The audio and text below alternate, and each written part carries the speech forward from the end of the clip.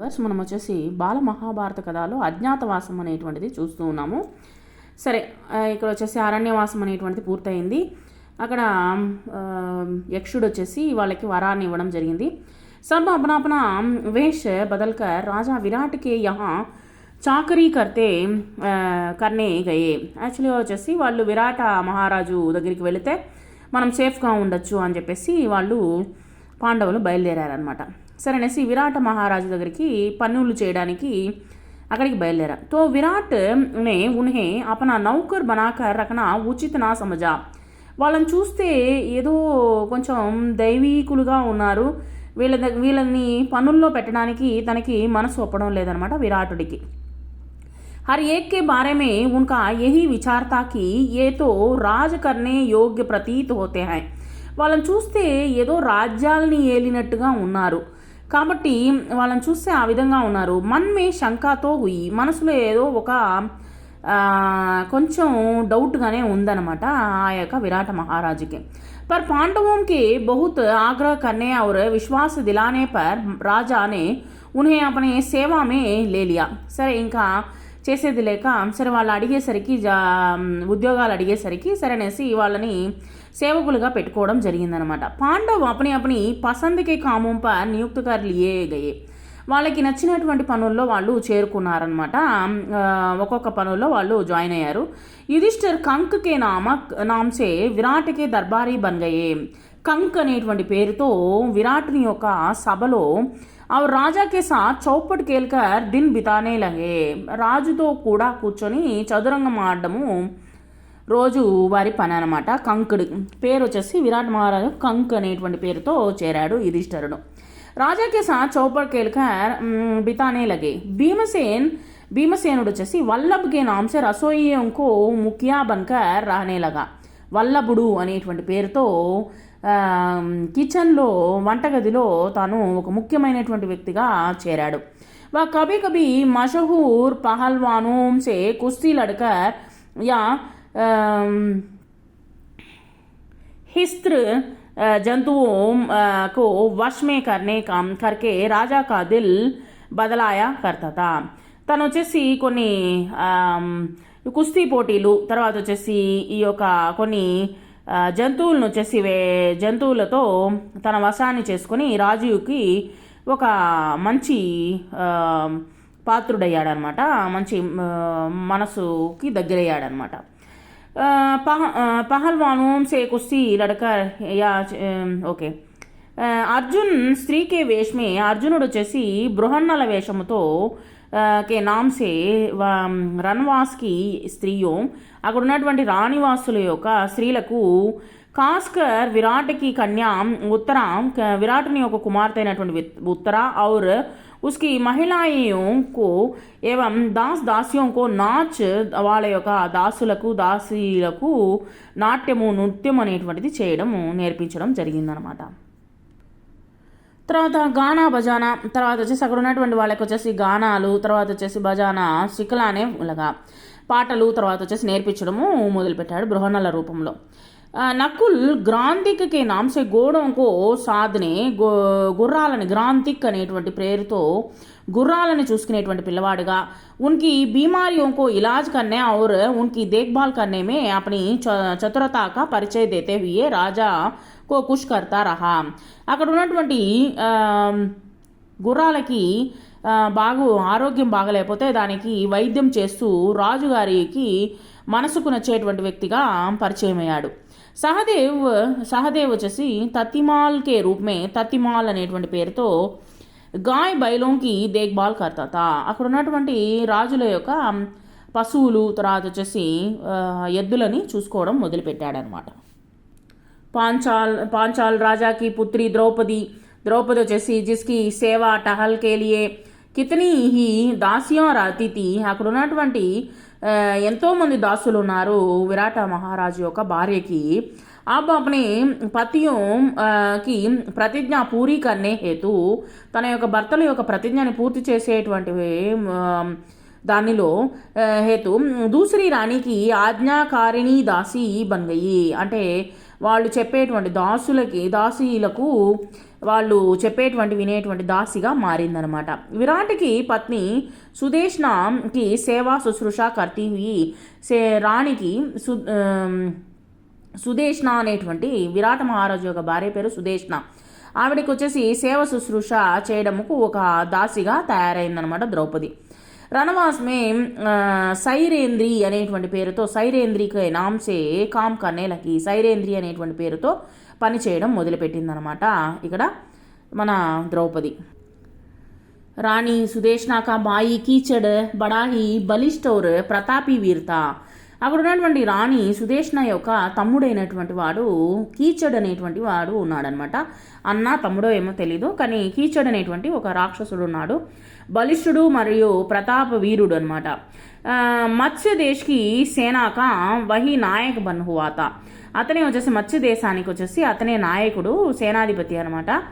और अपने कुल के लोगों के साथ लेकर कीचड़ ने बूढ़े विराट राज की శక్తి और సత్తా మే खूब వృద్ధి కర్దీలి థీ. ఆ విరాట మహారాజు వచ్చేసి బాగా వృద్ధుడు, అందువల్ల వచ్చేసి తన యొక్క శక్తితో ఈ యొక్క విరాట అంటే మత్స్య దేశాన్ని బాగా డెవలప్ చేశాడనమాట.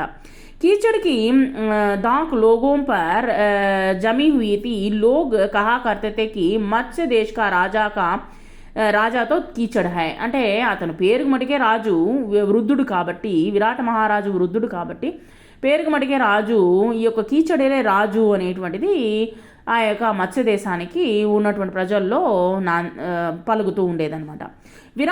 విరాటుడు కాదు అని చెప్పుకునేవాళ్ళు. यहाँ तक कि स्वयं विराट भी कीचड़ से डरा करते थे.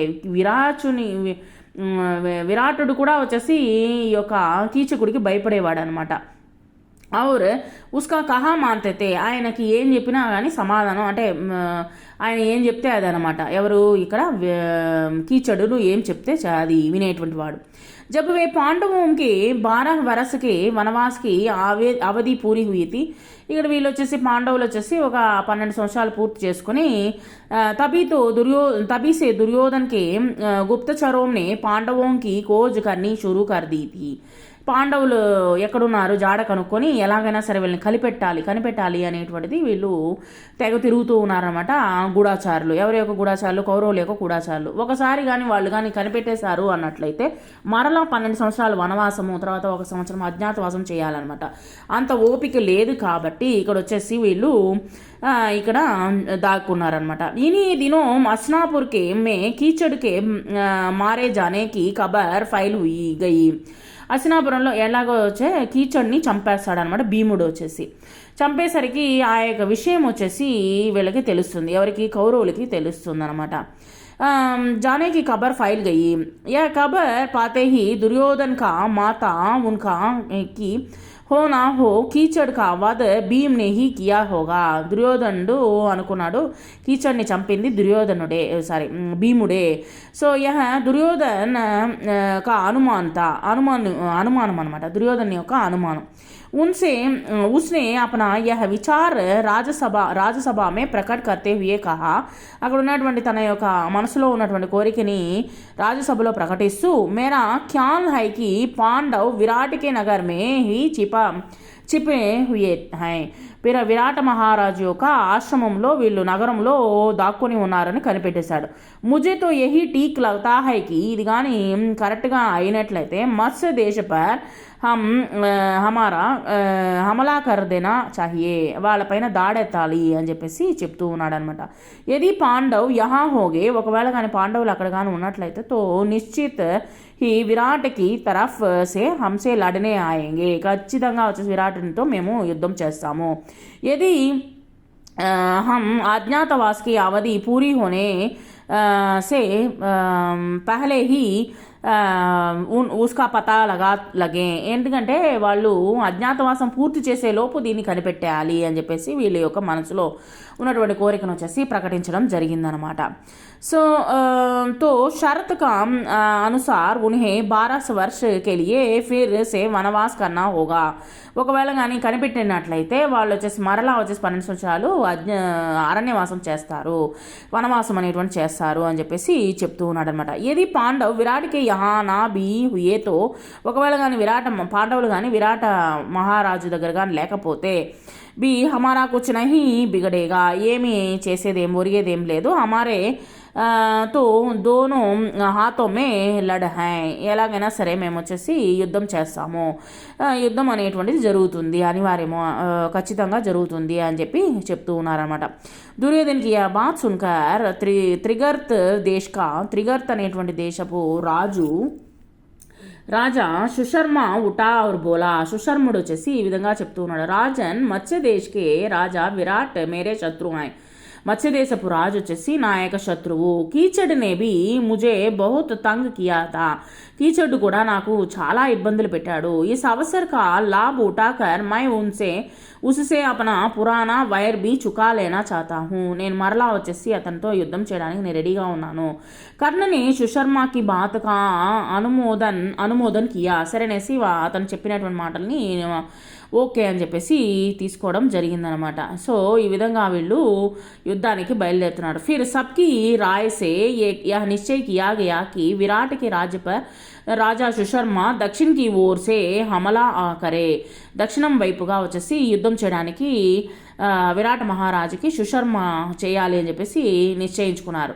और जब విరాట్ अपनी సేనా లేకర్ उसका मुकाबला करने जाए, వాళ్ళని వచ్చేసి యుద్ధం చేయడం కోసము వాళ్ళు బయలుదేరారు. तब ठीक इसी मौके पर उत्तर की ओर से दुर्योधन अपनी सेना लेकर अचानक विराट नगर पर छाया मार दे, అక్కడ ఉత్తరం వైపుగా వచ్చేసి సడన్గా వచ్చేసి విరాట్ నగరానికి బయలుదేరాడనమాట.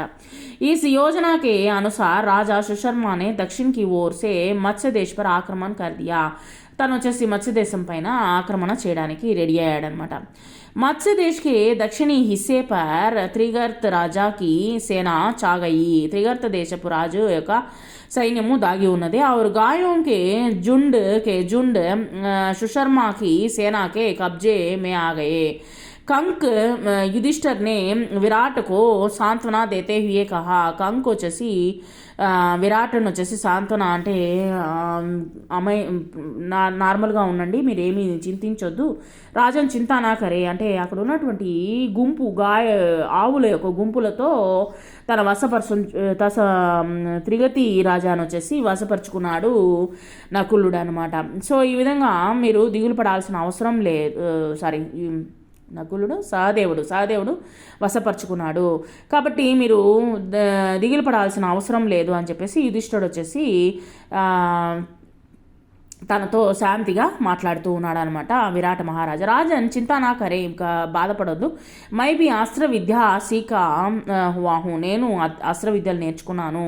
మైనే సోచాకి, నేను ఆలోచిస్తున్నాను, ఆప్కి రసోయియోం వల్లభ్, మీ యొక్క వంటగదిలో వల్లభుడు అశ్వపాల్ గ్రాంధిక్, అశ్వపాల్ అంటే ఈ యొక్క గుర్రపు శాలలో ఉన్నటువంటి గ్రాంధికుడు. ఔర్ తిత్తిపాల్ బి బడే కుశల్ యోద్ధా హై, తంతిపాల్ అనేటువంటి వాడు అంటే ఎద్దులని తర్వాత వచ్చేసి ఆవులను చూసుకునేటువంటి వాళ్ళు మంచి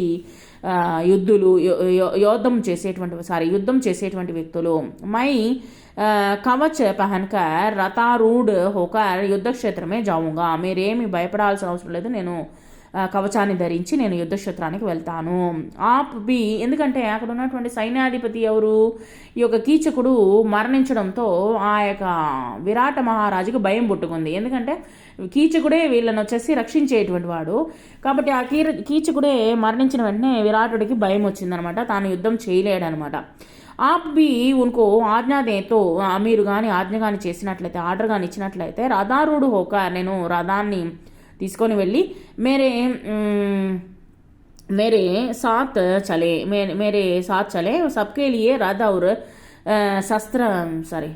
శాస్త్రాస్త్రకి ఆజ్ఞా దీజియే, మీరు మాకు ఆర్డర్ మటుకు ఇవ్వండి, మేము వచ్చేసి యుద్ధముకి బయలుదేరుతాము అని చెప్పి చెప్పడం జరిగింది. ఇది విని విరాట మహారాజు చాలా సంతోషించాడు. బడే ప్రసన్న హోగయే, ఏమి వీళ్ళు నా కోసం ఉంటున్నారా అని చెప్పేసి అనుకున్నారు. ఉనికి ఆజ్ఞానుసార్ చారోం వీరోం కే లియే రథ తయారు హోకర్ ఆ కడే హుయే, వీళ్ళు వచ్చేసి రథాన్ని రెడీ చేసి నలుగురు వీరులకి రెడీ చేసి ఇవ్వడం జరిగింది.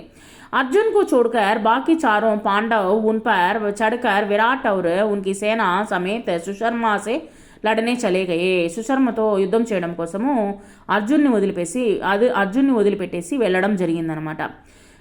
రాజా సుశర్మ और విరాట్ की सेनाओं में घोर युद्ध हुआ. భయంకరమైనటువంటి ఘోరమైనటువంటి యుద్ధం జరిగింది. जब राजा विराट बंदी बना लिए गए, विराट बंदी అయ్యాడనమాట. तो उनकी सारी सेना तितर बितर हो गई. సైనిక భాగనే లగే, సైనికులు పారిపోవడం జరిగింది. यह हाल देखकर युधिष्ठिर भीमसेन से बोले, యుధిష్ఠిరుడు వచ్చేసి భీమసేనుతో చెప్పడం జరిగింది, భీమ్ విరాట్కు అవి చుడాకర్ లానా హోగా, మనం వచ్చి విరాటుని వచ్చేసి ఎలాగైనా సరే తీసుకొని రావాలి, అంటే మందిని విముక్తుని చేయాలి. और సుశర్మ కా దర్ప్ చూర్ కన్నా హోగా, తన యొక్క దర్పాన్ని వచ్చేసి మనము అతన్ని ఓడించాలి. యది తుమ్ సదాకి భాంతి సింహ కి సి గర్జన కర్నే లగా జావోగే, నువ్వు సింహం మాదిరిగా గర్జన చెయ్యి. तो शत्रु उन्हें तुरंत पहचान लेंगे. इसलिए सामान्य लोगों की भांति रथ पर बैठकर और धनुष बाण के सहारे लड़ना ठीक होगा. సాధారణమైనటువంటి మనిషిగా నువ్వు కూర్చొని నువ్వు వచ్చేసి యుద్ధం చెయ్యి. आज्ञा मानकर भीमसेन रथ पर से ही सुशर्मा की सेना पर बाणों की బౌచర్ కర్నే లగా.